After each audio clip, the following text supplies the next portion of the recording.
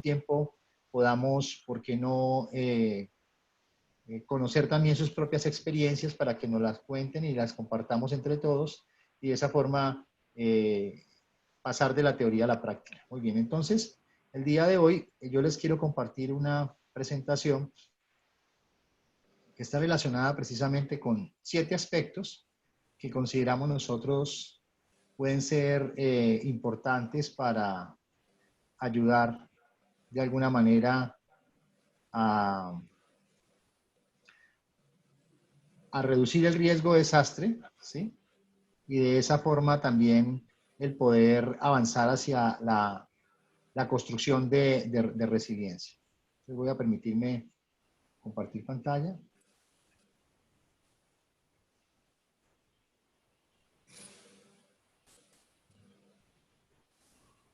Bueno.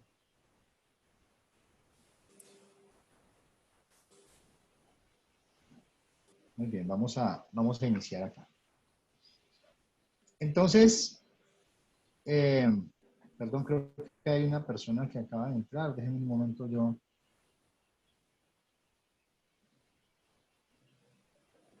le doy la autorización para que ya están todos. Listo, entonces, muy bien. ¿Ven la pantalla? Sí. Sí, lo vemos. Sí, se ve. Muy bien.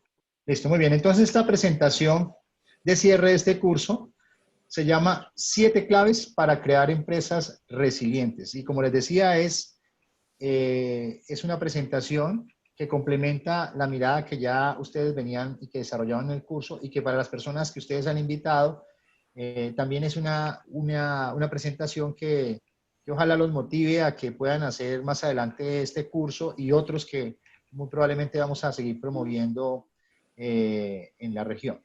Entonces vamos a iniciar.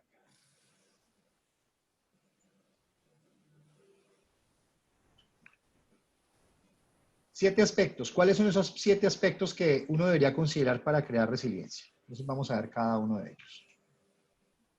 El primer aspecto que de alguna forma intentamos entre todos desarrollar y entender durante el curso, y que yo lo resumo aquí en este primer punto, es comprender el carácter sistémico del riesgo.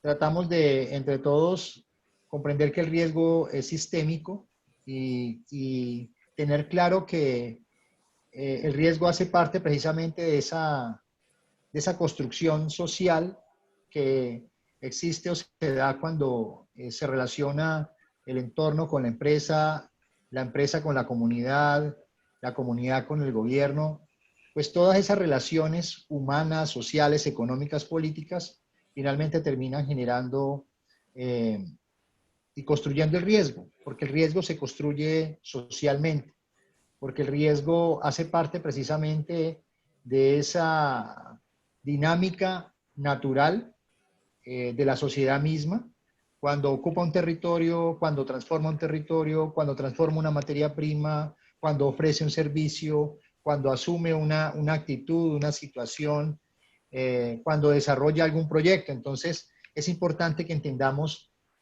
por qué el riesgo es sistémico.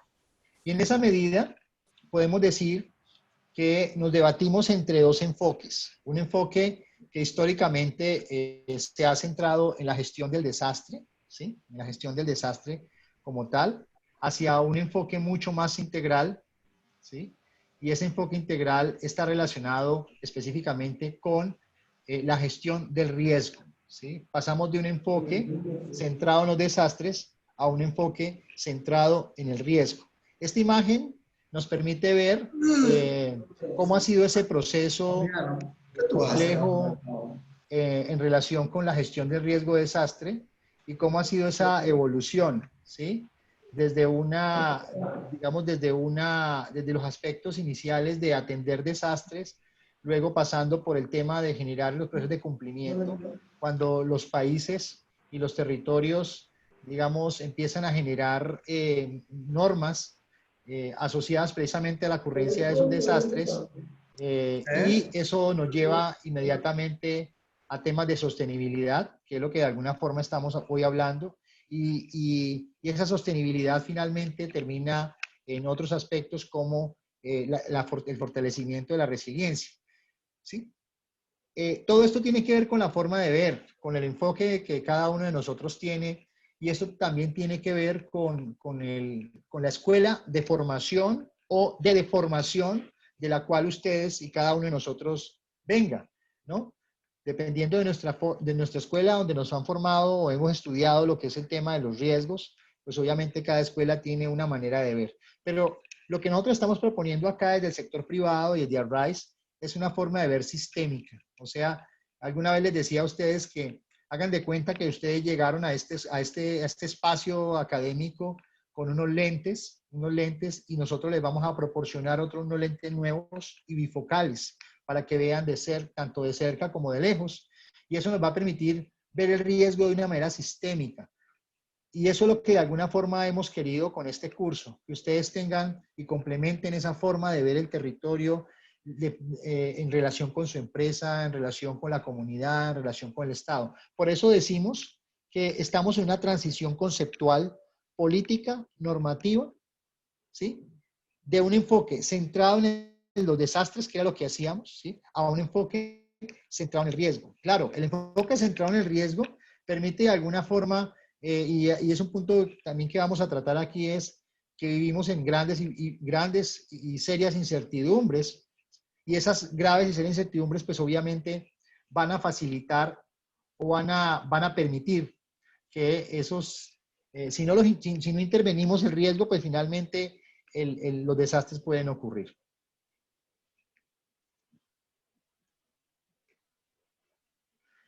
Perdón. Por otro lado, aquí hay una síntesis de cómo ha sido esa evolución de la gestión del riesgo de desastre hasta hoy.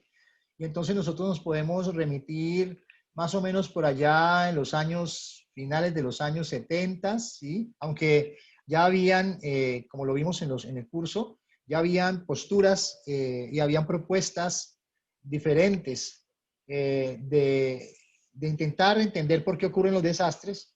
Más o menos por allá a finales de los años 70 es donde a nivel internacional el mundo y los países empiezan a tener como conciencia y empiezan a trabajar porque los eventos empiezan de alguna forma a impactar de manera importante a los territorios, y entonces se empiezan a crear marcos, se empiezan a crear legislaciones, y una de ellas muy importante se desarrolló a finales de los años 70, que fue la reunión del grupo de expertos de una oficina que en aquella época se llamaba la UNDRO, Oficina de Coordinación de las Naciones Unidas para el Socorro en Casos de Desastres, ¿sí?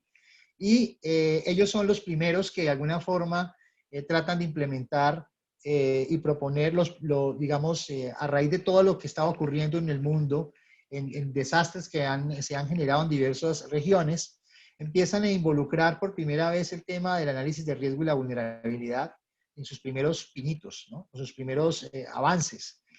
Ya en los años 90, ¿sí? Es cuando se constituye algo que denominamos el Decenio Internacional para la Reducción de Desastres Naturales. En aquella época todavía hablábamos de desastres naturales, y eso fue algo que se promocionó desde las mismas Naciones Unidas, hay que decirlo, porque estaba precisamente, se estaba analizando si realmente los desastres eran naturales o no, y es en esa época, el Decenio Internacional, entre 1990 y el año 2000, como ven ustedes acá, empiezan a haber una serie de reflexiones profundas, ¿sí? Para tratar de romper el paradigma de que los desastres eran naturales. Y entonces en esta época se crea una organización que se llama la Red de Estudios Sociales en Prevención de Desastres de América Latina, que en el año 1992, en Limón, Costa Rica, a raíz de un terremoto que ocurrió en el año 91, se reúnen esta serie de personas, perdón, organizaciones de muchas partes del mundo a conversar y a plantear por qué ocurren los desastres, y es en Limón, Costa Rica, cuando por primera vez este grupo de expertos, de académicos, de grandes organizaciones de América Latina, pero también europeos, norteamericanos, se unen precisamente para dar una propuesta en el marco de sesión internacional para empezar a tratar de entender y no solamente entender, sino poder determinar si los desastres eran no naturales. Y ellos por allá, más adelante, es precisamente cuando ellos logran establecer que los desastres realmente no son naturales y son producto de prácticas equivocadas del desarrollo. Bueno, y en el marco de esa temporalidad entre los años 90 y el año 2000, pues aparecen varios temas importantes que de alguna forma nos dan a nosotros el soporte de lo que estamos hoy conversando. Para que ustedes tengan, digamos, esa mirada, complementen esa mirada yo diría que de cultura general de todos los que trabajamos en riesgo. Este gráfico concretiza todo ese trabajo que se han desarrollado a nivel internacional y lo pone sobre, digamos, lo pone sobre la mesa para, en este resumen, entender cómo ha sido esa evolución. Aparece la estrategia de Yokohama, haciendo hincapié de la vulnerabilidad socioeconómica, ¿sí? Y además de eso, en esta época se empiezan a trabajar desde otras líneas, ¿sí? Desde el desarrollo, por ejemplo, que fueron, digamos, fueron el inicio de todo este desarrollo sostenible que cuando se desarrolla en los años 90 el tema de la cumbre de la Tierra, también se empieza a hablar desde los años finales de los años, bueno, a mitad de los años 90, se empieza a hablar ya del tema de cambio climático, ¿cierto? Antes de eso, a la par, en los años 80 ya se habían empezado a hablar de los temas del hábitat, ¿sí? Y vemos cómo empieza esto a avanzar de manera interesante y empieza a evolucionar en un proceso, yo diría, gradual, interesante y sistémico, para luego en el año 2000, ¿sí? Crear algo que se llamó la Estrategia Internacional de Reducción de Desastres, ¿sí? Que fue hasta el año, esta Estrategia Internacional de Reducción de Desastres se convierte, perdón, en una organización que le da vida a lo que denominamos hoy la Oficina de las Naciones Unidas para la Reducción del Riesgo de Desastres. Se convierte en esa oficina que de alguna manera es la que promueve todo este tema que estamos hablando. Esta iniciativa de ARISE pues es una promovida por la Oficina de Naciones Unidas, que tiene origen precisamente en esta Estrategia Internacional de Reducción de Desastres. Y vemos cómo a la par empiezan a generarse otras agendas paralelas que empiezan a hablar de otros temas. Ya les decía, cambio climático, objetivos de desarrollo sostenible, etc. Luego va evolucionando y en el año 2005 aparece el marco de acción de Hyogo 2005-2015, donde ya por primera vez se adopta, y ya lo decíamos en el curso, el concepto de resiliencia como una palabra poderosa para ayudar a cambiar, a generar procesos de transformación. Por primera vez en el año 2005, y esto es un recorderis, es que se habla precisamente de aumento de la resiliencia de las naciones y las comunidades frente a desastres, porque ya les había contado a ustedes en el curso que en el 2004, el 26 de diciembre, ocurrió un tsunami en Indonesia y este evento pues sensibilizó a la comunidad global y coincidencialmente en enero del 2005 había una reunión en Hyogo, Japón, y es ahí, sensibilizado los seres humanos de este planeta, los gobiernos específicamente, donde se asume y se plantea la necesidad de construir resiliencia, o sea, no solamente reducir las vulnerabilidades, sino también fortalecer las capacidades de los territorios para hacer frente a la adversidad. Y entonces por allá en el año 2015, donde aparece en esta evolución, ¿sí? En esta evolución aparece el marco de Sendai para la reducción del riesgo de desastre, que va del 2015 a 2030, es nuestra política global, es sobre la cual se sustenta RISE, es sobre la cual se sustenta este curso que hemos desarrollado. Y lo interesante de esto es que aparecen entonces, paralelamente en este año 2015, aparecen otras agendas que dan cuenta precisamente de la evolución del pensamiento y del conocimiento del ser humano, la Agenda 2030 para el Desarrollo Sostenible, los Acuerdos de París, la Nueva Agenda Urbana, bueno, y muchas otras agendas que uno podría mencionar aquí que son importantes, pero estas son tan importantes porque resulta que algo tienen en común, y como lo vimos en el curso, estas 4 que están acá tienen en común la resiliencia, es decir, que desde lo urbano, desde el cambio climático, desde el tema de la sostenibilidad y de la reducción del riesgo, de alguna manera lo que se pretende es construir resiliencia. Y todo eso hace parte precisamente de una evolución que vemos aquí a la derecha, conceptual, histórica, que ha sido soportado con todos estos eventos a nivel global que nos han llevado desde un enfoque basado en las amenazas, ¿sí? Pasando por la dimensión social de los desastres, ¿sí? Integrando algo que se llama la gestión, entonces que la gestión de riesgo de desastres y el desastre como tal es una construcción social, y todo esto nos lleva a ir comprendiendo que el enfoque que tenemos desde 2015 hacia acá es un enfoque de riesgo sistémico basado precisamente en el concepto de sistemas, ¿sí? Que muchos de ustedes conocen. Y todo esto nos está llevando precisamente a tener, y por eso el enfoque que debemos tener, recogiendo todo esto que ustedes han visto acá, que es un resumen muy resumido, valga la redundancia, de las diversas reuniones globales que finalmente me llevan, ¿sí? Me llevan a un espacio importante que tiene que ver con un desarrollo sostenible que tenga en cuenta los riesgos y una reducción del riesgo que tenga en cuenta el desarrollo sostenible en un clima cambiante para hacerle frente precisamente a esos nuevos retos de este planeta que cada vez es más urbano. Y eso implica entonces tener una perspectiva sistémica del riesgo. ¿Qué sigue de aquí en adelante? Por eso este curso se volvió tan importante, porque estamos viendo, analizamos el pasado, analizamos y refrendamos el presente, pero también lo que nos estamos atreviendo es a establecer elementos para ustedes como personas que se están formando en esta temática, para que puedan tener unas bases sólidas, conceptuales, que permitan precisamente ayudarnos a construir ese camino hacia adelante, hacia el año 2030, hacia el año 2050, cuando la población urbana, según Naciones Unidas, va a ser alrededor de más de la mitad de la población mundial. Que eso es un gran reto. Entonces, para poder asumir ese gran reto, ¿sí?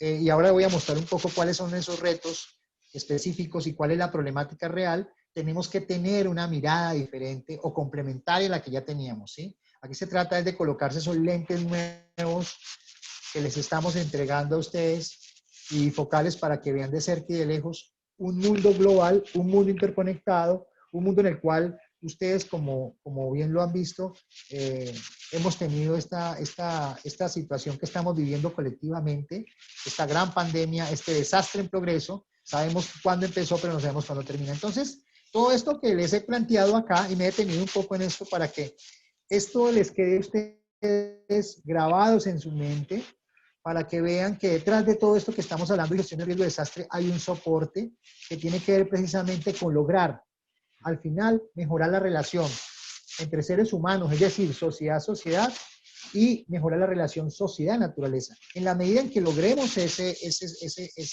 reto, esa meta, perdón, pues muy probablemente vamos a lograr ese tan anhelado desarrollo sostenible que tenga en cuenta los riesgos, pero también en la medida en que yo reduzco el riesgo, debo fortalecer el desarrollo. Entonces, el riesgo es producto de una construcción social. Esas pérdidas potenciales que nosotros estamos viendo y que cada año nos están alertando cuando ocurre un evento, en este caso, por ejemplo, de la temporada ciclónica, estamos muy atentos de lo que puede pasar. Muy probablemente muchos de nosotros somos conscientes del riesgo existente, ¿sí? Porque el riesgo, más que una probabilidad, es una certeza. El riesgo existe. Por lo tanto, en esa medida en que el riesgo existe, el riesgo es posible evidenciarlo, el riesgo es posible medirlo. Y en la medida en que lo podamos medirlo, podemos también intervenir. Entonces, si nosotros decimos, y por eso tenemos que tener una mirada sistémica, una mirada integral, ¿sí? Y este gráfico me resume todos los elementos que yo tendría que tener en cuenta para entender el riesgo de desastre. Vemos un contexto actual, ¿sí? Que simplemente salir a la calle para verlo, ¿sí? Degradación ambiental, población en aumento, desigualdad en los ingresos, límites técnicos de agricultura, calentamiento global, actividad de comercio internacional, olas de calor, pérdida de diversidad, especulación de mercados que se convierten entonces en factores de estrés o en factores detonantes, ¿sí? ¿sí? Factores detonantes de lo que puede generar, digamos, efectos negativos, ¿sí? Y todo esto genera unas presiones de alguna forma dinámicas que tienen unos puntos de inflexión y que son precisamente esa inadecuada interrelación entre seres humanos que finalmente, o con la naturaleza que finalmente termina generando desplazamientos de poblaciones, donde vemos como hoy los mercados son volátiles, asociado a la sequía, a las olas de calor, a la mala planificación, las malas cosechas, a una economía que es muy débil, a una economía de burbuja, subidas repentinas de precios, conflictos relacionados con el agua, ¿cierto? Y todo eso genera al final, en el caso, por ejemplo, si hablamos del tema agrícola, pues fracasos múltiples y todo eso genera una falla sistémica que finalmente colapsa los mercados, que colapsa el territorio, que colapsa la situación de las monedas, migraciones, disturbios por falta de comida, guerras, desórdenes públicos, inseguridad alimentaria, desestabilización política. Es decir, todo esto que estamos aquí son unas consecuencias que hacen parte precisamente de unas causas profundas que nosotros llamamos que todo esto que hay atrás es el riesgo subyacente, que tiene que ver precisamente con esa inadecuada relación sociedad-sociedad y sociedad-naturaleza. Por eso decimos que el riesgo es producto de una construcción social. En la medida que nosotros vamos entendiendo esos aspectos, perdón que no me quiere pasar aquí ya. En la medida en que vamos entendiendo esos aspectos, vemos, y si nosotros pudiéramos llevar esto a un mapa mucho más, todo eso que estamos viendo allá, vemos que el riesgo o los desastres, nosotros decimos que cuando ocurre un desastre, uno dice, se materializó el riesgo, ¿sí? Un desastre es la materialización del riesgo. Un desastre es una consecuencia asociada a la materialización de unas condiciones de vulnerabilidad, exposición, amenaza en un territorio específico. Pero motivado por qué? Motivado por un sistema financiero interconectado y débil, por el aumento de la pobreza, por la degradación ambiental, por un desarrollo urbano inadecuadamente administrado, que finalmente está o genera un contexto de amenaza, de exposición, de vulnerabilidad, y que finalmente se materializa en términos de que se puede evidenciar en infraestructuras deficientes, en crisis financieras, en seguridad alimentaria, extinción de especies, etc. Es decir, uno podría colocar de alguna forma todos estos elementos que hacen que finalmente nuestras relaciones y nuestros problemas se manifiesten en un territorio. Por eso es importante que la empresa vea, y ese ha sido el énfasis de este curso, que vea su entorno. Su entorno no solo que ya no es tan local, sino que se convierte en global, y cómo lo global impacta a lo local y cómo desde lo local podemos impactar a lo global. Si uno puede entonces ver cómo el riesgo es sistémico, pues esta pandemia nos lo estamos demostrando. ¿Qué tan más sistémico que esto? ¿Sí? Aquí tenemos una distribución de los casos del COVID a nivel mundial a septiembre del 2020. Los colores, el color más oscuro de ese café, motivando a un café oscuro. Vemos entonces cómo estas poblaciones empiezan, digamos, a ver más afectadas, ¿no? Afectadas en términos de, digamos, de la pandemia como tal. Y vemos un ejemplo muy claro que nos ha tocado vivir a esta generación, es esta pandemia. Cómo el riesgo realmente, esta es una demostración de que el riesgo es sistémico, ¿sí? Entonces, es importante que lo veamos desde esa perspectiva para poder entender lo que sigue. En la medida que entendemos que el riesgo es sistémico, pues sabemos que el centro desde donde debemos empezar a trabajar la reducción del riesgo, y bien lo definen las agendas globales, tanto el marco de Sendai, el cambio climático, el desarrollo sostenible, la agenda humanitaria, la nueva agenda urbana, son las personas. O sea, somos las personas las encargadas de o terminar de irnos al abismo o evitar de que nos vayamos al abismo, ¿sí? Y eso tiene que ver con la manera en cómo desde el liderazgo, y ahora voy a hablar un poco del tema del liderazgo, para poder construir resiliencia, pues tenemos que ser resilientes. Y en esa medida, entender que la persona es el centro, y que es el centro que tiene la posibilidad de continuar hacia digamos, hacia lo negativo o empezar a construir cosas positivas precisamente en el marco de ese contexto complejo, ¿sí? Entonces, nosotros podemos decir que el riesgo está asociado precisamente a esas amenazas, ¿cierto? Que actualmente muchas de ellas ya poco se pueden predecir, ¿sí? O pronosticar, que el grado de exposición está aumentando, cada vez hay más elementos expuestos y la vulnerabilidad se está agravando. Cuando hablo de la vulnerabilidad, la fragilidad de los elementos que están ahí, es probable que eso nos estemos dando cuenta hoy y que siempre haya existido. Pero lo que pasa es que hoy, a diferencia de hace 10 años, hoy estamos súper interconectados. Yo siempre digo que a veces nos decían, hace muchos años decían, cuando uno se encuentra con una persona y dice es que el mundo es un pañuelo, yo digo, el mundo hoy, en esta realidad, más que un pañuelo es un smartphone, porque lo tenemos en nuestras manos. Entonces, la información llega tan rápido que muy probablemente hoy somos más conscientes de que tenemos más vulnerabilidad, porque tenemos más exposición, porque hoy nos podemos conectar mucho más fácil. Entonces, todo esto debe migrar de alguna forma, que el riesgo construido, ¿sí? Centrado en las personas que como parte de la solución, debe entonces ayudar debe ir migrando todo esto hacia allá, hacia la derecha, en términos de poder construir igualdad de género, rendición de cuentas, el reciclaje, la reducción de riesgo, la conservación, la inversión, la inclusión, el empoderamiento, la regeneración, todos los temas positivos que nos lleven precisamente hacia un desarrollo sostenible que tenga en cuenta los riesgos, y la persona es el centro de todos estos aspectos, porque somos nosotros los que podemos ayudar a cambiar el mundo.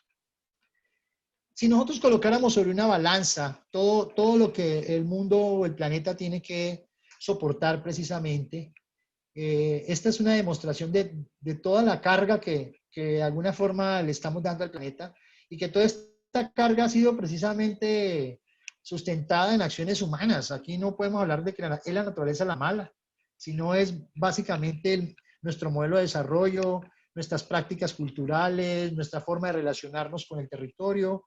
Pues claro, si ustedes colocan sobre una balanza, ¿sí? Esto, y al otro lado le colocan los factores de mitigación que deberíamos estar haciendo, pues obviamente pesa más esto que está acá, y finalmente esta balanza pues termina generando una fractura real, una falla sistémica que de alguna manera genera lo que ya habíamos dicho, la migración, los desplazamientos, la desestabilidad política, que las monedas caigan, los disturbios, falta de comida, guerra, desórdenes públicos. Es decir, que nosotros mismos estamos generando ese caos, ¿sí? Sin embargo, hay una esperanza que en la medida en que nosotros empecemos a colgar contrapesos hasta el otro lado, ¿sí? Como red de seguridad social, como alertas tempranas, como planificación pública a largo plazo, a escalas diferentes, basadas en los ecosistemas, en consumo más responsable, ético, ¿cierto? Los datos interoperables con código abierto, por ejemplo, para tomar decisiones, censos actualizados y exactos para tomar decisiones, pues todo esto me va a permitir, de alguna forma, reducir que esta falla se siga dando.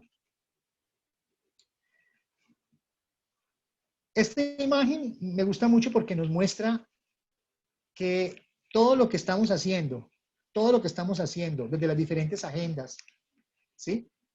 Todas estas agendas de alguna forma nos permiten establecer un único propósito, ¿sí? Es la resiliencia para lograr una meta final, que es un desarrollo sostenible, que tenga en cuenta los riesgos y que tenga en cuenta precisamente esa oportunidad que nos da estas agendas precisamente para interconectarse. ¿Qué queremos con todo esto? Con todo esto queremos reducir el riesgo, queremos reducir la mortalidad, queremos reducir las personas afectadas, queremos reducir las pérdidas económicas, queremos reducir los daños en infraestructuras, queremos reducir la intervención de los servicios básicos. ¿Y qué queremos aumentar?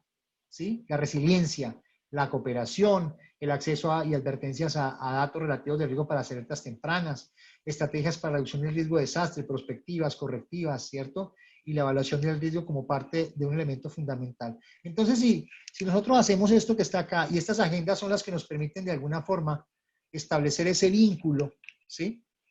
Si lo entendemos de esta manera, va a ser muy, muy fácil, o nos va a ayudar a nosotros a establecer el camino mucho más, o la ruta, digamos, más viable teniendo en cuenta esta gráfica. Esta gráfica me gusta mucho porque resumen realmente, primero, articula estas agendas que vemos acá, pero además de eso está generando el cumplimiento de las 7 metas del marco de Sendai, que es el eje fundamental, o sea, un desarrollo sostenible en un clima cambiante que tenga en cuenta la reducción del riesgo de desastre a través de las 7 metas del marco de Sendai, que están enfocadas en estos puntos que les he conversado.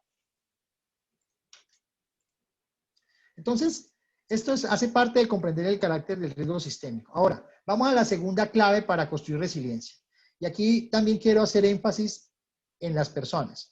Ya entendido que el riesgo es sistémico y de alguna manera lo hemos explicado de manera sencilla, con algunos argumentos, pues cuando hemos comprendido ya ese concepto, la segunda clave que tenemos que aplicar es que hay que fortalecer el liderazgo para la resiliencia que tienen los individuos, que tenemos los individuos, que tenemos las organizaciones.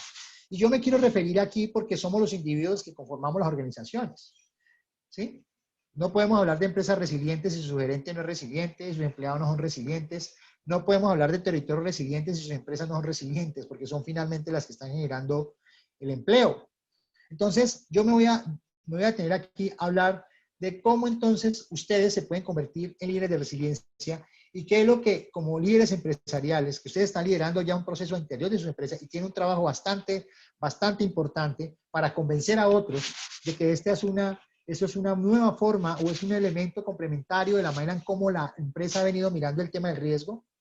Aquí están los 10 aspectos claves que yo considero que ustedes, como líderes empresariales en cada una de sus áreas, pueden asumir precisamente para convertir para identificar primero una cualidad que ustedes pueden ya tener, pero también desde esa cualidad entonces construir un hábito.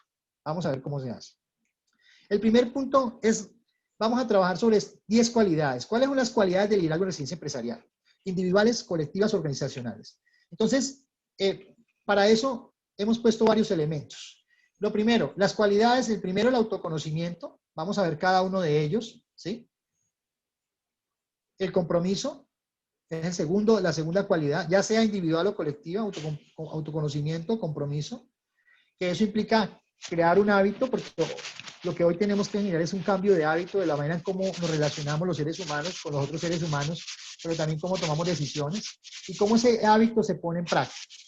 El respeto, la inclusión, la confianza, la reciprocidad, la articulación, la flexibilidad, la creatividad y la comunicación. Si ustedes aplican estos 10 aspectos, no solamente se van a volver unos líderes en resiliencia, sino que van a ayudar a motivar a otros que se conviertan en lo mismo y que su organización finalmente dé ese paso también hacia convertirse hacia una organización resiliente. Entonces vamos a ver cada uno de ellos. El autoconocimiento. El conocimiento empieza por sí mismo.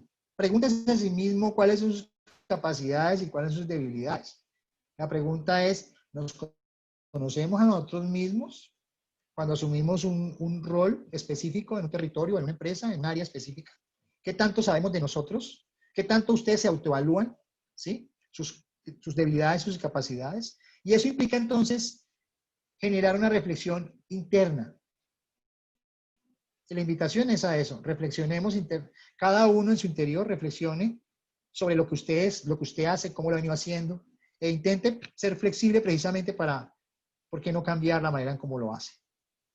Esto llevado a la práctica, pues obviamente implica una renovación, nos permite una renovación física, mental, espiritual, y hoy más en este mundo con tanta incertidumbre de esta pandemia que no sabemos qué va a pasar. Entonces, la invitación es que el autoconocimiento puesto en práctica lo tiene que llevar como cosa a un tema concreto, a que usted se renueve físicamente, mental y espiritual. Esta crisis no solamente los debe a ustedes llevar a esto que estoy planteando, sino a sus familias, a sus organizaciones, a su comunidad, a sus grupos de interés más cercanos.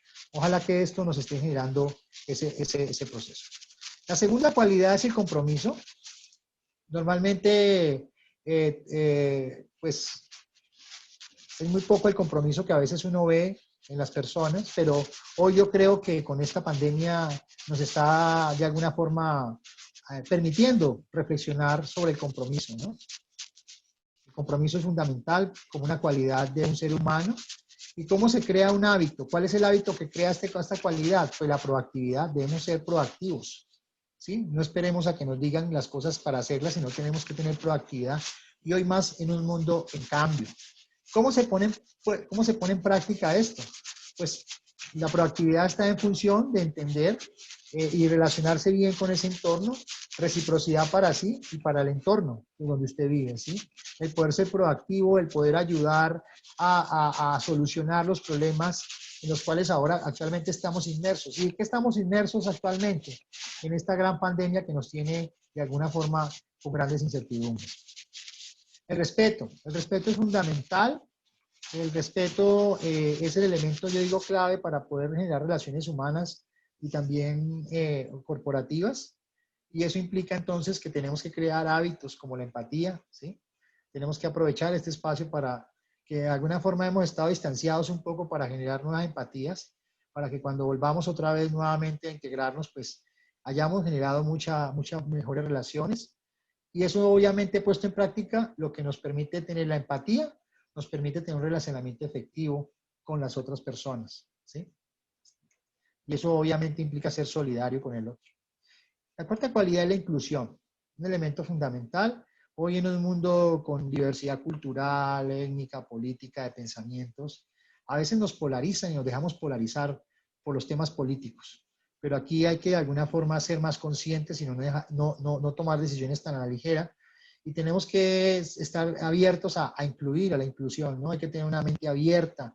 Hoy más que nunca, las mentes cerradas no sirven. Tenemos que cambiar y eso hace parte no solamente del pensamiento que debe tener el gerente o que debe tener usted en su área, sino también la forma en cómo su organización también tiene una mente abierta para ayudar a generar soluciones creativas e innovadoras, ¿no? Entonces la mente abierta es fundamental. ¿Cómo se pone en práctica? Pues ustedes deben estar abiertos a la diferencia, ¿no? Hay que ser flexibles en ese ámbito y eso implica obviamente ir articulando otras actitudes como las del respeto. La confianza es un elemento fundamental.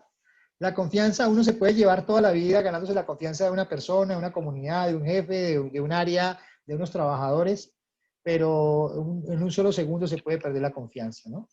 Entonces, ¿cuál es el hábito creado? Pues la certidumbre. La certidumbre es dar la certidumbre de que cuando usted se compromete a hacer algo, realmente lo hace, ¿sí? Porque si no lo hace, finalmente esto empieza a generar, a menoscabar esa confianza que usted haya generado, y más en los negocios, ¿no?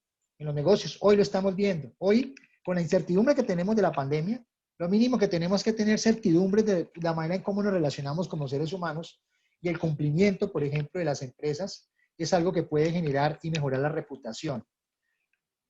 Puesto en práctica, hay que creer en los demás, ¿sí? Eso es un elemento también fundamental, que eso se logra con la empatía, que eso se logra con el respeto, y también hay que dar la oportunidad para creer en el otro. Hoy más que nunca debemos ser solidarios en ese aspecto. La reciprocidad, el que da, recibe. Eso es una ley de la vida. Y uno no lo tiene que hacer porque va a esperar algo. No, hágalo simplemente. Porque el que da, recibe. Así de simple. Si usted da cosas malas, las cosas malas se le van a triplicar. Si da cosas buenas, también se le van a triplicar. Entonces, ¿cuál es el hábito creado? El que da, recibe, tiene que ver con poder construir un beneficio mutuo. Sentirse uno bien cuando uno ayuda a alguien, a una persona sin ningún interés, eso finalmente es la mejor satisfacción personal, ¿sí? Más que el dinero. Bueno, el dinero puede venir si hay una recompensa excelente, pero lo que está basado esto es básicamente en en los sentimientos que este beneficio puede generar de dar y recibir. Y puesto en práctica, actuar en el gana-gana. En la medida en que tu empresa, tus decisiones generan mejor seguridad, generan rentabilidad, pues ganan todos, gana el jefe, gana el dueño, gana la comunidad, gana el mundo, todos ganamos acá. Entonces, en ese sentido hay que recibir, y eso también yo lo expongo no solamente con lo que uno da para los otros seres humanos, para recibir, digamos, cosas buenas, sino también el que da recibe en la relación social-naturaleza. ¿Qué hemos dado a la naturaleza? Hemos dado muchas cosas malas y estamos recibiendo, ¿cierto? Estamos recibiendo, digamos, la naturaleza nos está nos está diciendo, nos está hablando, ¿sí? Que la hemos de alguna forma tratado mal y en ese sentido también hay que empezar a recomponer el asunto. El séptimo punto es la articulación, fundamental, y hoy por eso los quiero invitar a todos ustedes, ojalá que al final de esta reunión, de esta charla de hoy, ustedes, la mayoría, pudieran decir, mire, es que yo ya hablé con los jefes, con los dueños de la empresa y ya hemos motivado el tema de articularnos en Arise porque vemos que Arise es una oportunidad precisamente para que el sector empresarial articulado pueda hacer cosas, pueda proponer cosas, podamos construir nuevas propuestas. Y eso implica, obviamente, el hábito creado es el trabajo en equipo, ¿sí? Ojalá que ya no solamente sean 2 empresas las que actualmente hay en República Dominicana, sino que sean cientos de empresas precisamente trabajando en estos temas con una visión integral. Y puesto en práctica, pues cuando estamos trabajando en equipo, es la oportunidad para intercambiar. Paulo Freire, un educador popular brasileño, decía, nadie lo sabe todo, pero tampoco nadie lo ignora todo. Entonces a veces uno cree que se sabe todo y resulta que no. Y es una parte. Qué interesante es poder que en este proceso puesto en práctica nos permite intercambiar ideas para innovar, porque lo que necesitamos es innovar en crisis. El octavo punto tiene que ver con la flexibilidad. Y aquí tenemos que ser como el bambú. El bambú es flexible, ¿sí? Él se deforma y es muy flexible cuando está, digamos, está afectado por el viento, ¿cierto? A veces nosotros somos rígidos, somos como un pedazo de concreto muy rígido que no queremos de alguna forma, no nos atrevemos a cambiar. Y hay que estar dispuestos en el hábito creado a aprender y desaprender, ¿sí? Tenemos que aceptar las cosas precisamente para ser mejores. Todos los seres humanos cuando venimos a este mundo, y yo creo que todos los que estamos aquí estamos buscando lo que nos han dicho por allá, la felicidad. Y hay unos que buscan la felicidad en el dinero, otros que buscan la felicidad en el espiritual, por donde sea, pero finalmente estamos en búsqueda de la felicidad, estamos en búsqueda de articularnos adecuadamente con el otro para, digamos, vivir tranquilamente. Entonces, esto implica que tenemos que ser flexibles, implica estar dispuestos a romper paradigmas. Liderar la gestión del riesgo de desastre en la empresa como un nuevo ámbito de la gestión empresarial implica romper paradigmas, implica ser disruptivos propositivos, de ser aspectos y debemos atrevernos a cambiar. El noveno punto tiene que ver con la creatividad, ¿sí? Y aquí vemos entonces cómo tenemos que crear nuestros propios océanos azules, ser creativos, diferenciarse del resto, ¿sí? Para no seguir haciendo lo mismo. Es que toda la vida lo he hecho así, pero ¿por qué no cambiamos la forma de hacer y lo volvemos eficiente? Y eso es lo que de alguna forma las empresas deben buscar en crisis. ¿Cómo nos hacemos eficientes en crisis? Para enfrentarla, para adaptarse, también para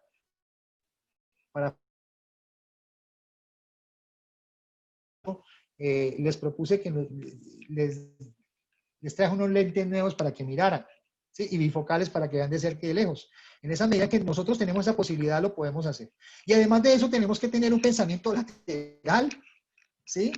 Un pensamiento, digamos, solamente enfocado en una cosa, sino que tenemos la posibilidad de que nuestra mente se abra para conectarse con el mundo real y con todo para tomar las mejores decisiones. Eso es un elemento que yo considero fundamental. Y el último punto del tema del liderazgo tiene que ver con la comunicación, ¿sí? La comunicación es un elemento que es importante construir mejor. A veces no nos comunicamos adecuadamente, ¿sí? Hay un receptor, hay un interlocutor, ¿cierto? Hay un emisor, un receptor, pero esa relación debe ir en doble vía. Y la comunicación es el elemento que hoy hemos perdido porque no sabemos escuchar. Normalmente no sabemos escuchar. Y muchos de los problemas de las situaciones cotidianas en nuestras empresas o en nuestra vida personal simplemente se soluciona si supiéramos escuchar muchos conflictos. Entonces, escuchar al otro es importante. Escuchar al cliente, escuchar al trabajador, escuchar al empresario, a las preocupaciones que tienen los socios. Escuchar a todos es un elemento fundamental para resolver las situaciones.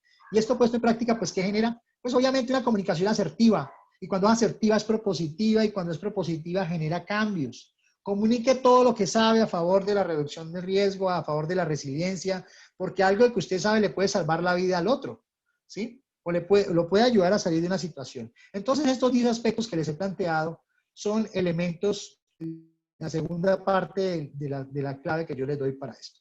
Cuando entonces ya hemos entendido que el riesgo es sistémico, segundo, que para poder lograr que eso se materialice tenemos que tener un cambio de actitud en el fortalecimiento de unas cualidades humanas para, desde las cualidades humanas, transformar lo corporativo, lo organizativo.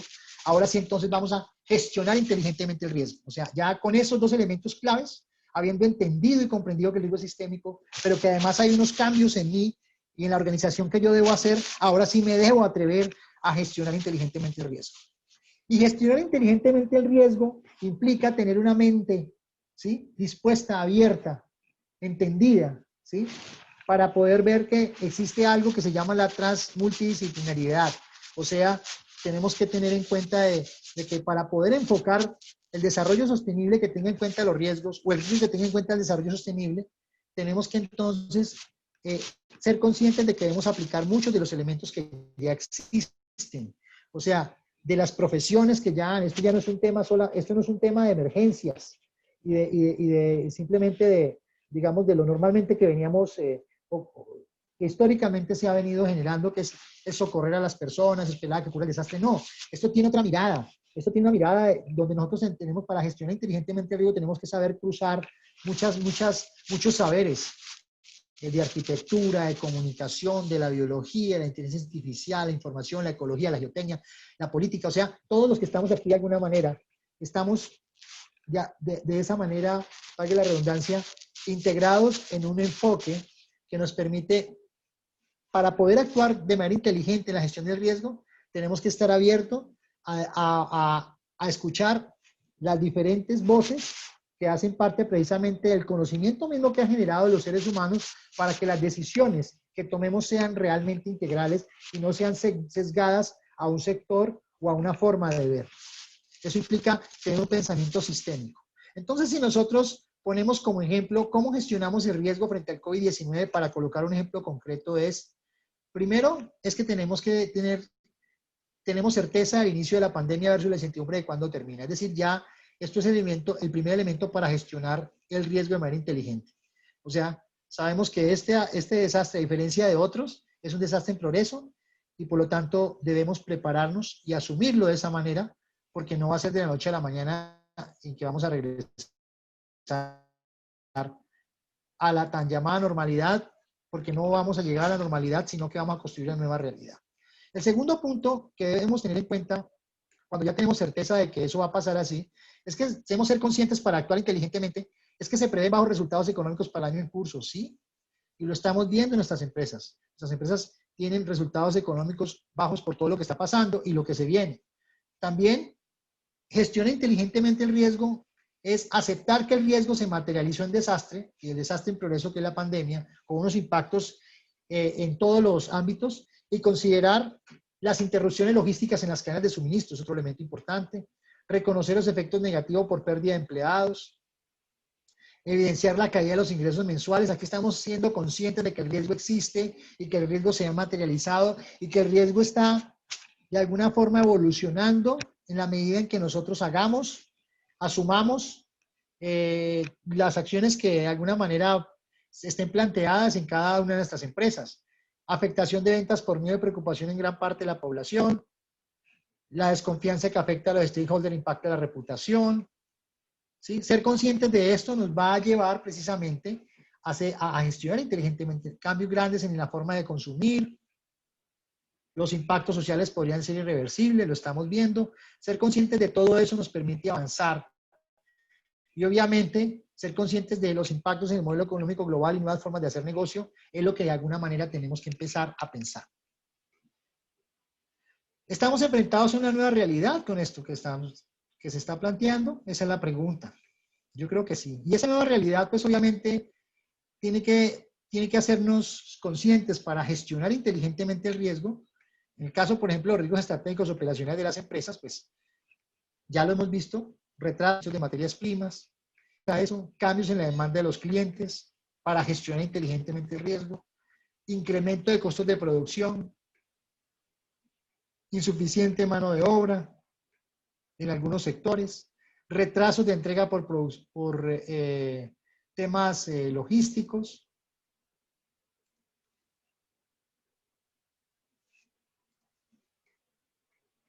Perdón.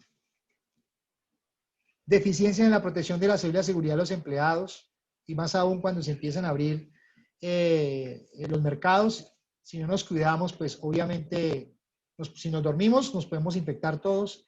Dificultades en importación y exportación, digamos que esos son los riesgos estratégicos y operacionales que se pueden generar para gestionar. Entonces, ¿cómo hemos visto que normalmente las empresas gestionan la crisis empresarial versus la incertidumbre del COVID? Pues ustedes saben, como todos saben, nosotros tenemos unos grupos de interés, ¿sí? Consumidor, inversor, empleado, regulador, medios de comunicación, y lo que normalmente lo que estamos buscando para gestionar inteligentemente el riesgo es garantizar una muy buena reputación, ¿sí? Y esa buena reputación nos implica entonces el tema garantizar la compra, las inversiones, garantizar la fidelidad del compromiso, la relación favorable, la buena opinión, el conocimiento. Pero resulta que llega entonces el COVID-19, que tiene una incertidumbre muy grande y entonces nos reta, ¿sí? a lo que está pasando hoy: descenso de ingresos, mayor coste de capital y descenso de valor, menor productividad, presión fiscal y trabas para la actividad, información negativa hacia los stakeholders. El tener en cuenta esto y ser consciente de esto nos va a ayudar a tomar decisiones inteligentes. Entonces, ¿cómo podemos lograr tomar esas decisiones inteligentes? Pues hay que centrarse en las personas primero que todo. Las personas son el recurso más importante y por eso lo hemos planteado que debe ser el elemento fundamental sobre el cual debemos trabajar, sobre nosotros mismos y sobre nuestros trabajadores. El trabajo remoto total o parcial puede proteger la salud de los empleados, en algún momento se ha venido desarrollando así. Protección de la salud mental de los empleados también en estos tiempos de crisis. Protocolos que garanticen empleados sanos antes de volver a laborar, eso es fundamental, el proteger a los seres humanos. Establezca una estrategia para la gestión de la crisis, organice un comité de recuperación, defina roles claves para la toma de decisiones. Yo sé que muchos de ustedes ya lo han hecho. Elabore un plan de recuperación. Simplemente es un ejemplo que estoy colocando de cómo gestionar inteligentemente el riesgo. Y algo fundamental es, y lo decíamos en el curso, hay que establecer escenarios de riesgo por COVID-19 y si lo podemos cruzar con otros escenarios de riesgo, buenísimo. Defina como mínimo 3 escenarios: un escenario optimista, corto plazo, menor a 3 meses, de circulación del virus y un impacto financiero a corto plazo en la empresa. Podría ser. Escenario 2, un escenario intermedio, mediano plazo, entre 3 a 6 meses, del impacto del virus y una ralentización de la economía global. Y un escenario 3, un escenario pesimista, largo plazo, mayor a 6 meses, con una pandemia mayor de alcance y recesión global sostenida. Es decir, desde ahora, para poder gestionar inteligentemente el riesgo, hay que definir esos escenarios de riesgo para diferentes escenarios o diferentes opciones. Defina medidas de reducción del riesgo, pues reforzar medidas de aislamiento físico, protocolos de bioseguridad, actualización de documentos y políticas de la empresa, revisión detallada de la seguridad de instalaciones, procesos y personal previo al arranque de las operaciones de la empresa. Ustedes en el curso vieron el protocolo de resiliencia y vieron cómo no solamente vimos, perdón la redundancia, no solamente hablábamos del tema de la protección de la bioseguridad de los trabajadores, sino también hablábamos de la innovación, hablábamos de los derechos humanos, hablábamos de los derechos del trabajador, hablábamos de la sostenibilidad, hablábamos de cómo se conecta esto con la parte ambiental, hablábamos de la responsabilidad social empresarial, es decir, una mirada mucho más integral. ¿Cuáles serían entonces los hábitos para consolidar ya a nivel empresarial, precisamente para gestionar inteligentemente el riesgo? Primero, nuevas formas de comunicación con empleados, clientes, socios y proveedores es un elemento fundamental. Mejorar las condiciones de salud y bienestar con los empleados reforzando protocolos de bioseguridad. Eso no hay que bajar la guardia. Fortalecer la protección de datos de información mediante seguridad informática. Además de eso, fortalecer la cadena de suministro para dar mayor redundancia a los negocios, así como fortalecer la gobernanza del riesgo para la resiliencia internamente. Ustedes se convierten en líderes en resiliencia. ¿Cómo fortalecemos esa gobernanza del riesgo al interior? Mejorar la protección financiera de los negocios en temas de aseguramiento y reaseguramiento. Y algo fundamental, que siempre la recomendación que hemos dicho, mantener actualizado el conocimiento del riesgo, ya no solamente hacia el interior, sino también mirando el exterior. Y planificar y evaluar periódicamente planes de respuesta y recuperación a las crisis. Entonces, también me obliga, dependiendo de mi negocio, a que si es necesario, debo transformar mi modelo de negocio, ¿sí? Mirando si los segmentos de los clientes son los mismos después de esta crisis, si la propuesta de valor de alguna forma tiene un cambio o no, si los canales de distribución por la crisis deben cambiar o no, que la relación con los clientes debe ser otra, porque entonces ahora es ya más digital y entonces cómo lo vamos a desarrollar, si el flujo de ingresos va a ser los mismos que teníamos antes o empiezan a incorporarse nuevos, si los recursos claves siguen siendo o no los mismos, si los socios claves son o no, ¿sí? Si las actividades claves también cambian porque hay nuevos hábitos de consumo, ¿cierto? O la estructura de costos también cambia. Entonces, también hay que atreverse, si es necesario, a transformar precisamente ese modelo de negocio en tiempos de COVID. Reducir la incertidumbre del riesgo es un elemento fundamental, más hoy en esta pandemia. Y es fundamental el tema de la incertidumbre, porque entre más incertidumbre, pues finalmente digamos, nos enfrentamos a un tema bastante complejo, ¿sí? Que implica entonces generar conocimiento del riesgo. Ustedes imagino que se han leído El Cisne Negro de Nassim Taleb, ¿sí? Que me parece a mí un libro clave para estos tiempos de crisis. Hay otro libro que se llama, lo recomiendo, que se llama El Antifrágil, también de él, que es la continuación de este libro, del Cisne Negro, ¿no? Y entonces, claro, la pregunta que nos hacemos acá es si la pandemia es un cisne negro, ¿sí? Por la forma entonces cómo nos ha afectado, ¿sí? O por ejemplo, cómo de alguna manera nosotros no tenemos la posibilidad, digamos, de manejar el futuro, ¿no? De cambiar el futuro. Y la incertidumbre finalmente nos puede llevar a tomar caminos conocidos, aunque se repitan los mismos errores, por la incertidumbre. Pero ¿qué es lo que me ayuda a que la incertidumbre sea mínima? El conocimiento y el riesgo, ¿sí? La incertidumbre normalmente, nosotros tenemos mucha certidumbre al interior de nuestros negocios, porque los conocemos, nuestros procesos. Pero la gran incertidumbre está afuera, ¿sí? Y esa incertidumbre internamente puede ser, al interior puede ser complicada un poco, pero al exterior es más complejo. Y eso implica tener un pensamiento sistémico para poder entonces conectar todos esos puntos que permiten entonces entender cómo se construye el riesgo, ¿sí? Porque podemos seguir tomando los mismos caminos. Este es el caso, por ejemplo, de la explosión del transbordador espacial Challenger de 1986, que en 73 segundos después de haber despegado de la estación, pues finalmente estalló, explotó en el aire, ¿no? Infortunadamente. Y muy probablemente las fallas que se tuvieron, que han sido muchas de esas fallas humanas por, digamos, por no ponerle cuidado a elementos tan simples como algunas piezas, pues una pequeña pieza hizo que este transbordador se destruyera. ¿Pero por qué? Porque normalmente vivimos una falsa seguridad, porque normalmente planificamos el riesgo, es para eventos con probabilidad mucho más alta, eventos cotidianos, pero para eventos poco probables, pero cuando que se presentan, pueden generar impacto, normalmente no lo pensamos, porque creemos que eso no puede pasar, porque normalmente estamos negando el riesgo, ¿sí?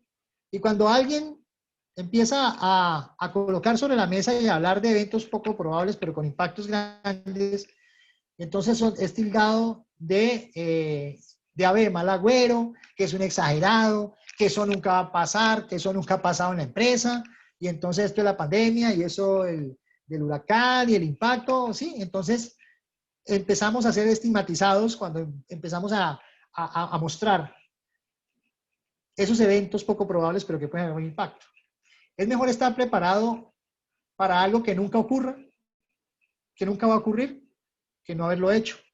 Es decir, tenemos que empezar a incorporar, y por eso el riesgo de desastre no trabaja en lo cotidiano, o sea, en los eventos cotidianos al interior de la empresa.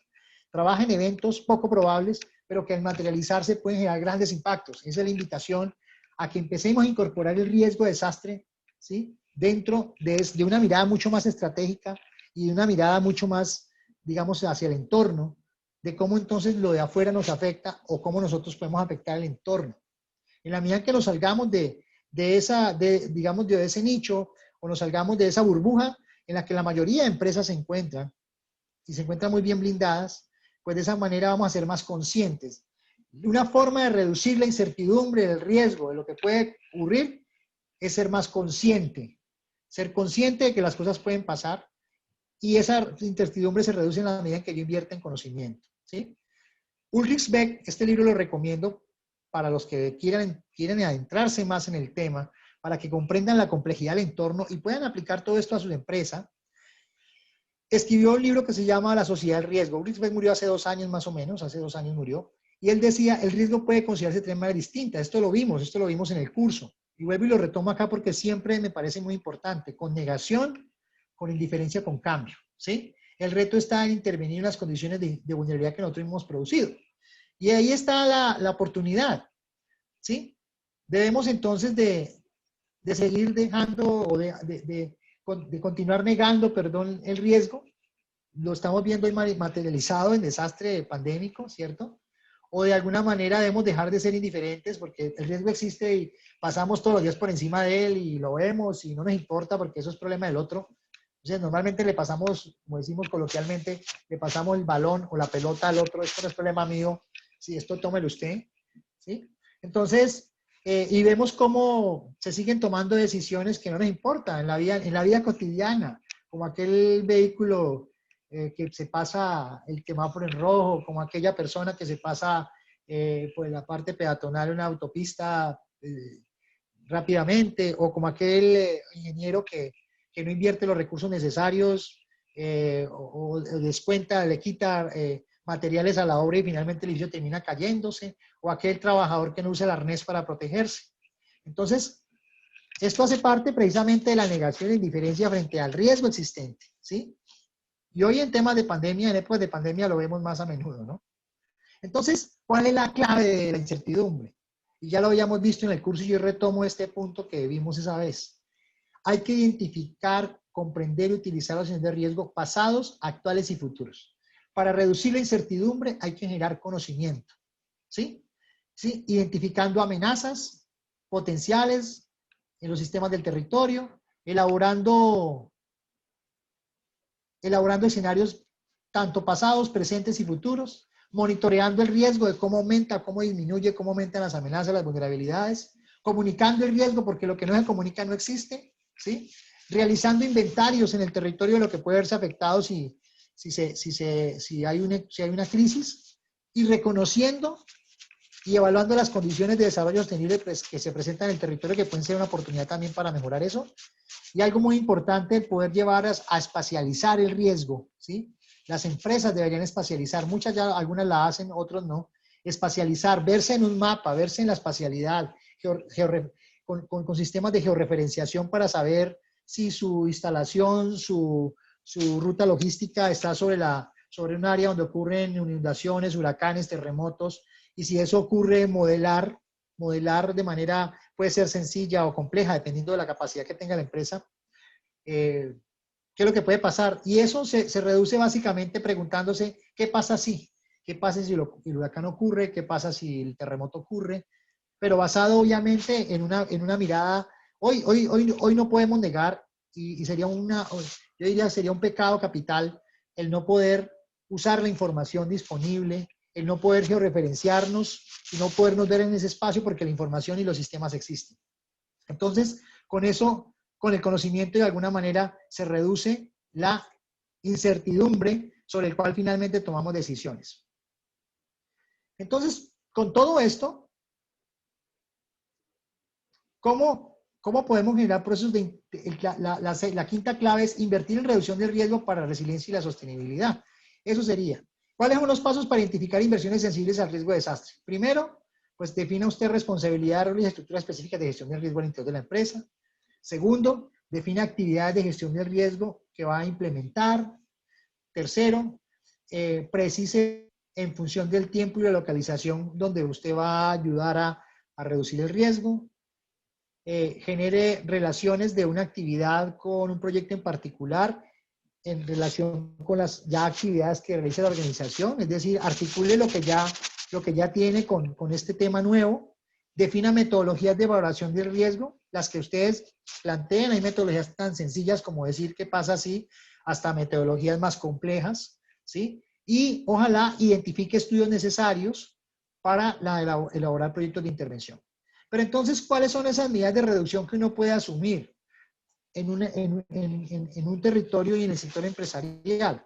Pues dependiendo de lo que usted encuentre en su empresa o alrededor de su empresa, usted lo primero que puede hacer es, lo primero tiene que ver con la evasión del peligro, que es alejarse temporalmente del lugar donde ocurren los eventos. Entonces hay que identificar de las instalaciones, de todo eso, qué es lo que yo tendría que alejar. Elusión del peligro, alejarse definitivamente del lugar, o sea, no volver ahí porque es tan peligroso que sale muy caro si ocurre un evento ahí. Aumentar la resistencia frente a huracanes, frente a ciclones, frente a sismos, ¿sí? Tener un plan A, un plan B, un plan C y la redundancia. Adaptarse, ¿sí? Hay un proceso de adaptación que muchas empresas tienen que empezar a generar precisamente para lograr permanecer en un territorio. Retener el riesgo, o medidas de retención, que tiene que ver específicamente con compensar con recursos propios o transferencia del riesgo, ¿sí? A través de protección financiera. Y uno podría hablar de un sinnúmero de medidas de reducción del riesgo que me pueden llevar a la práctica todo esto. El sexto punto tiene que ver con algo importantísimo acá, que es el fortalecer la seguridad de las instalaciones y los entornos, ¿sí? ¿Y cómo se hace eso? Perdón. ¿Qué tipo de empresas deberían promover mejores estándares de seguridad en sus instalaciones? Uno podría decir, bueno, pero ¿cuáles son las empresas que realmente les toca hacer esto? Entonces uno dice, todas las empresas públicas o privadas que presten servicios públicos, que tengan obras civiles mayores, que desarrollen actividades industriales o otras que estén en condición de riesgo, que por su actividad o localización puedan generar riesgo de desastre para la sociedad, o sea, que yo genere peligro para la sociedad, o que pueda salir afectado por un evento del entorno hacia mí. Deberían realizar valoración de riesgo todas, ¿sí? De potenciales eventos del entorno que los pueda afectar y de potenciales eventos que se deriven de su operación. Y además, con todo esto, pues deberían diseñar medidas de reducción de riesgo de desastres, tanto para riesgos existentes como para futuros, ¿no? Es un elemento fundamental. Y obviamente de ahí definir las medidas de respuesta y recuperación frente a emergencias en el entorno. ¿Qué otras empresas como que realicen obras civiles, digamos, las empresas que hagan carreteras, calles, puentes, líneas férreas, puertos, aeropuertos, sistemas de riego, sistemas de alcantarillado, sistemas industriales, transporte, tuberías de transporte, líneas eléctricas, centrales hidroeléctricas, instalaciones deportivas, también lo deberían hacer, al igual que todas las empresas de servicios públicos. Aquí está un detalle, digamos, de cuáles son las empresas que deberían desarrollar eso, aquellas que suministran energía, gas, las que distribuyen el agua, las que les evacúan, las que promueven el transporte, almacenamiento y transporte de líquidos, de pasajeros, tanto aéreo, acuático, etcétera, los que presentan empresas de comunicaciones, empresas o instalaciones de educación donde se manejen sustancias peligrosas, por ejemplo, y todas las actividades de la atención de la salud humana, o sea, estamos hablando de hospitales, por ejemplo, que puedan tener una relación o una incidencia peligrosa para el entorno. Empresas de actividades industriales, ojalá empresas de agricultura, ganadería, caza, empresas que hacen explotación de minas y canteras, todas las empresas de industria manufactureras deberían entonces fortalecer sus instalaciones y otras, y todas las demás que puedan, por ejemplo, generar riesgo de desastre o que puedan estar inmersas dentro de un escenario, ¿sí? De transporte y almacenamiento de carga, por ejemplo, de actividades artísticas, estadios, coliseos, de alojamiento, hoteles, ¿cierto? Centros comerciales que albergan, o sea, todas de alguna manera deberían avanzar hacia garantizar esa seguridad. ¿Y qué elementos debe considerar la empresa para promover la seguridad en el entorno? Pues debe tener una mirada integral, y estamos hablando de una mirada de lo sociocultural, mirando la población, los bienes, los servicios públicos, las organizaciones comunitarias, los indicadores de desarrollo de ese territorio, el de lo económico, la actividad de producción, los medios de vida, la vocación económica, desde lo físico-ambiental, las características biofísicas, servicios ambientales, áreas de interés ambiental, desde lo político también, modelos de desarrollo, proyectos estratégicos, instrumentos de planificación, de la infraestructura, vías, equipamientos, infraestructura comunitaria. Bueno, todos estos 5 aspectos que están acá, lo sociocultural, lo económico productivo, lo físico-ambiental, lo político-institucional, infraestructura, son elementos claves precisamente para que la empresa tiene que empezar a mirar hacia afuera, ¿sí? hacia afuera de la malla, que permitan entonces articular sus esfuerzos para protegerse a ella, pero también para proteger el entorno. Y finalmente, algo que les quiero compartir es que todo esto que estamos haciendo tiene un propósito, y con esto vamos a terminar. Todo esto tiene un propósito para el negocio, ¿sí? Todo esto tiene un propósito que es pasar del riesgo compartido a un valor compartido. Sí, esto no lo hace solo la empresa. Esto lo hace en conjunto con sus stakeholders, con el Estado, con las organizaciones, y por eso Arise se convierte en un espacio, yo diría, importante para desarrollar el valor compartido frente al riesgo. Entonces, normalmente los negocios son negocios que están arriesgando mucho, dependiendo del sector. Cuando uno tiene negocio, arriesga, ¿cierto? Y entonces cuando ocurren las pérdidas asociadas precisamente a los desastres, ¿sí? Pues tenemos tanto pérdidas indirectas, donde se destruye parcial o totalmente los activos físicos. ¿Qué está expuesto? Pues las fábricas, los activos físicos de fábricas, equipos, oficina, bienes finales, productos de elaboración, materias primas, materiales. Eso es lo que perdemos, digamos, de manera directa. Pero también tenemos pérdidas indirectas, ¿cierto? Debido a la interrupción, obviamente, de los negocios, hoy lo estamos viviendo pérdidas indirectas, debido al impacto, por ejemplo, en la cadena de suministro, se rompe la cadena de suministro. También tenemos impactos más generales, otras consecuencias, ¿cierto? Tales como la reducción de cuota de mercado, tiene que ver más con los impactos de mercado, pero que finalmente terminan afectando a la empresa. Y obviamente los efectos macroeconómicos, que son los que hemos visto con esta pandemia, porque obviamente la economía se colapsa en su totalidad y deja de funcionar.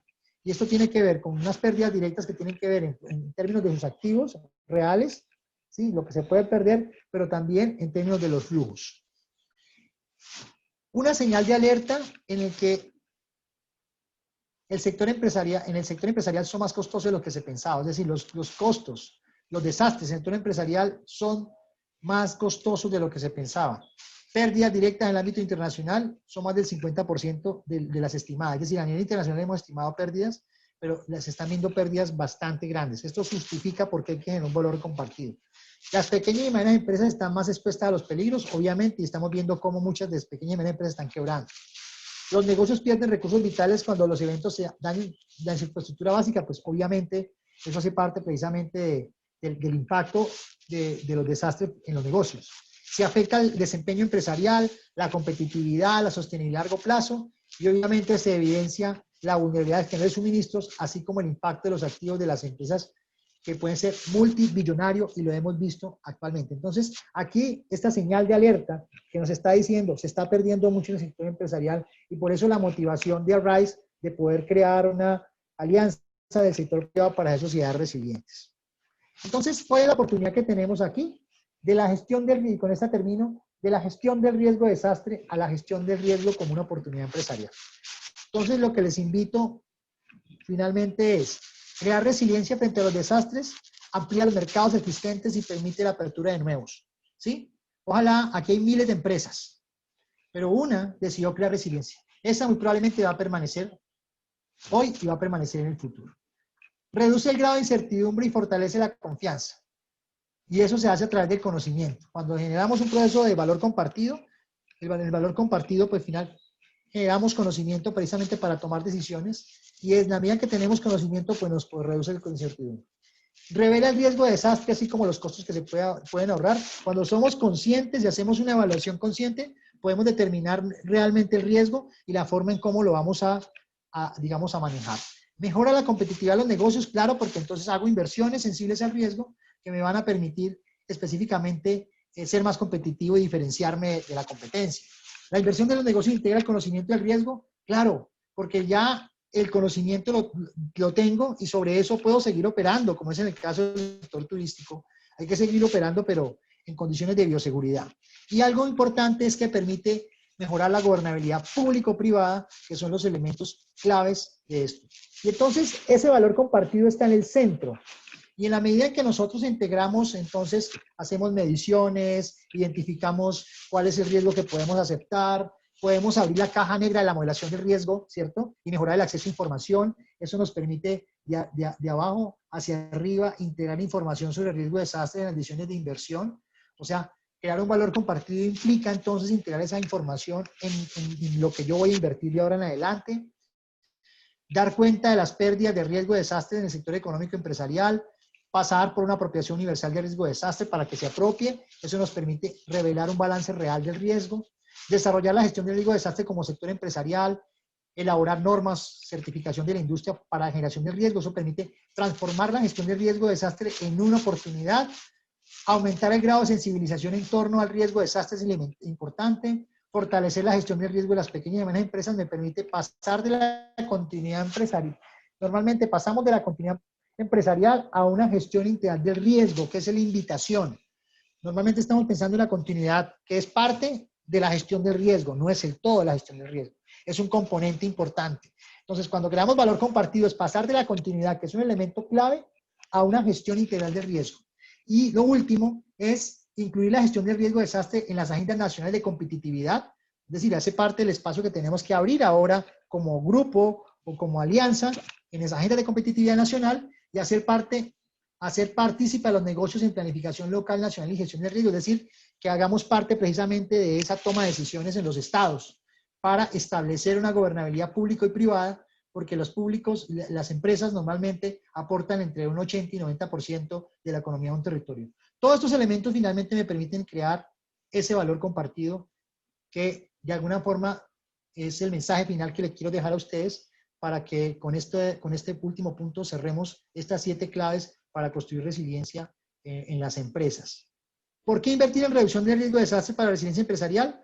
Un argumento económico favorable, continuidad empresarial, seguridad de empleados y familias, asunto de responsabilidad, oportunidad de negocio, beneficios en el área de seguros, reputación y valor de la marca, expectativas de los actores involucrados, motivación, retención del personal, responsabilidad social corporativa, sostenibilidad y algo importante, protección de las personas y las comunidades más vulnerables. Entonces, hasta aquí es mi presentación y les quería compartir estas 7 claves para crear empresas resilientes. Muchas gracias. Si tienen alguna pregunta, estamos acá. Henry, la verdad es que una maravilla.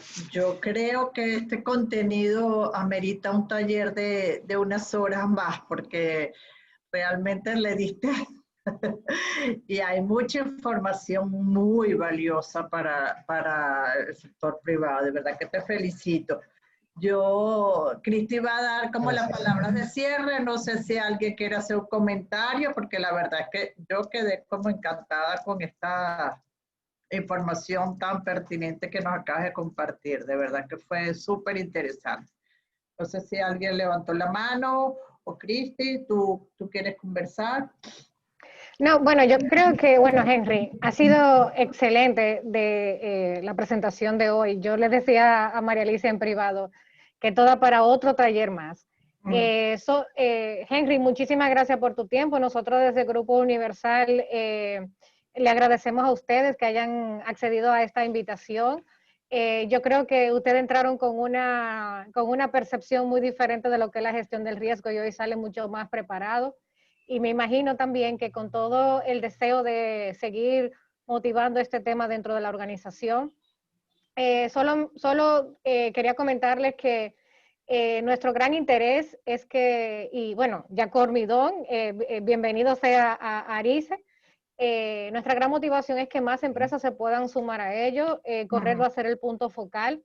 Y nada, o sea, trabajar de forma colectiva y articulada para ver el riesgo de una forma más estratégica, integrada al negocio. Como bien lo decía Henry a lo largo de sus sesiones facilitadas y hoy en este taller, creo que el COVID nos ha demostrado también cómo se ha trastornado toda la dinámica económica, productiva, individual, familiar.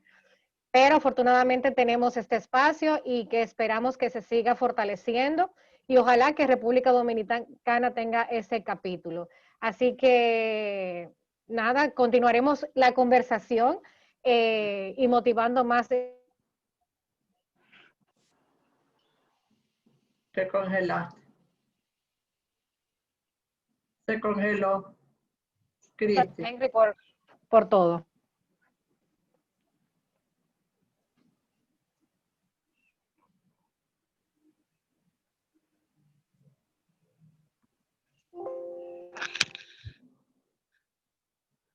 vamos. Bueno, Henry, gracias por todo. Sí, qué pena, es que se me había... Me perdí. Gracias. De verdad, recuerden que en el transcurso del día de hoy van a recibir sus certificados y bueno, yo creo que nosotros tenemos que seguir trabajando con Henry porque el taller, esto es un taller, o sea, realmente la información que diste hoy fue súper, súper valiosa para cualquier profesional y que de verdad que muchísimas gracias, Henry, siempre nos sorprendes y eso es maravilloso que nos... El gran pedagogo de los riesgos eres tú. Es un privilegio tenerte aquí montado en el tren con nosotros. Gracias. A todos muchas gracias y bueno, Muchas los gracias, María seguimos en Alicia, contacto. Cristi. Seguimos avanzando. Gracias. Vale, un abrazo. Ay, gracias, Henry, por todo. Gracias. Excelente material. De último minuto. Gracias a todos. De último minuto. Ya va que alguien estaba hablando, perdón. De último minuto. Uh-huh. Como de costumbre, Henry nos enviará, ¿verdad?, la grabación. Sí. Uh-huh. Claro que sí. La presentación también. Claro que sí. La hago llegar a todos. Bueno, pues muchísimas gracias, Henry. Hasta la próxima. Uh-huh. Vale, nos vemos en la próxima. Un abrazo Feliz para semana. todos. Chao. Muchísimas gracias por todo. Chao, Cristi. Muchísimas gracias. Chao. Gracias por todo. Que tengan un buen día todos.